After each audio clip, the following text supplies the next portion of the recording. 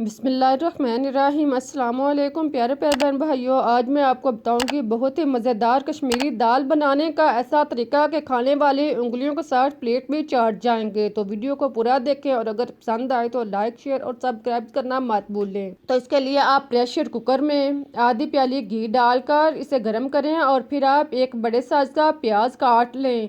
इसको आप घी में नरम करें और इसे ब्राउन होने दें। जितनी देर में प्याज ब्राउन होता है इतनी देर में आप एक प्याली दही लें। इसमें आप सुरख मिर्च पीसी हुई 1 चम्मच, सुरख मिर्च कुटी हुई 1 चम्मच, हल्दी पाउडर आधा चम्मच, काला नमक आधा चम्मच, वाइट नमक टेस्ट के मुताबिक, खुश्क धनिया पाउडर 2 चम्मच और जीरा पाउडर 1 चम्मच, कसूरी मेथी 1 से 1.5 चम्मच डालकर इसको मिक्स कर लें।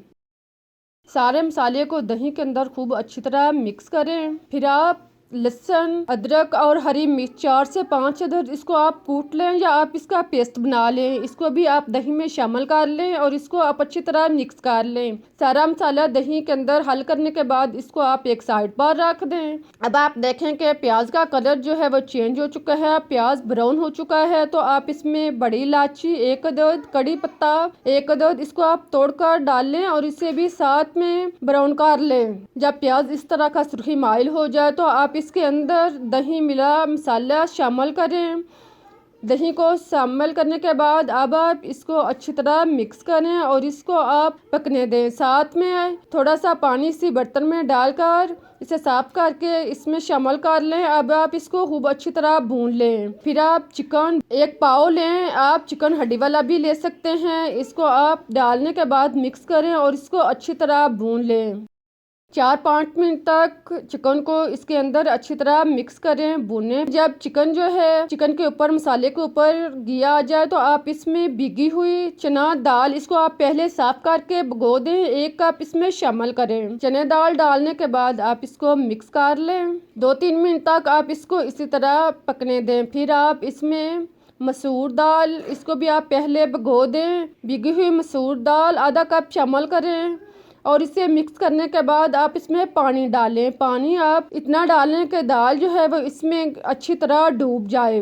पानी डालने के बाद चम्मच चलाएं, मसाले को साइडों से अच्छी तरह अलग कर लें और फिर आप इसका ढक्कन बंद कर दें। ढक्कन बंद करने के बाद आप वेट सेट करें और इसको पकने दें। देखें इस तरह आप इसको वेट घूमने के बाद 8-10 मिनट तक पकने दें।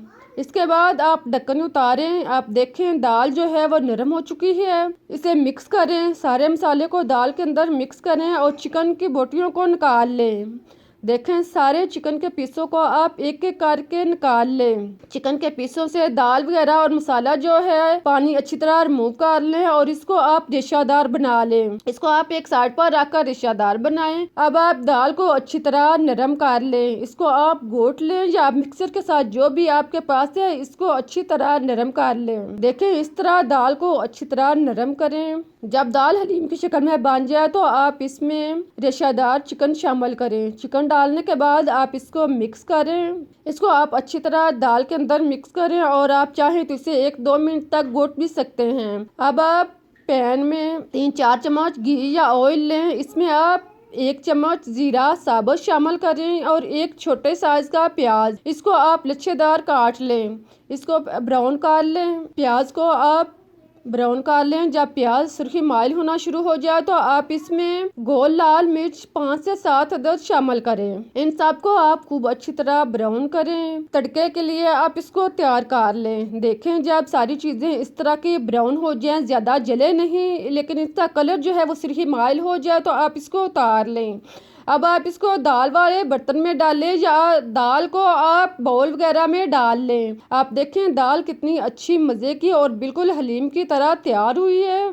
दाल डालने के बाद अब आप तड़के वाला सामान इसके ऊपर डाल लें। बहुत ही मज़ेदार और टेस्टी दाल तैयार हो चुकी है। इस तरीके से आप दाल बनाएंगे तो आसानी के साथ और जल्द भी बनेगी और खाने वाले उंगलियां चाट कर खाएंगे। आप इसे रोटी चावल नान जैसे भी चाहें मज़े के साथ नोश फरमाएं। मुझे इजाज़त दें, फिर मिलते हैं एक नई रेसिपी के साथ। लेकिन आप जाने से पहले अगर पसंद आई है तो इसे लाइक करें, शेयर करें, चैनल को सब्सक्राइब करना मत भूलें। इस दुआ के साथ कि अल्लाह हमेशा आपको खुश आबाद और मुस्कुराता रखे। अल्लाह हाफिज़।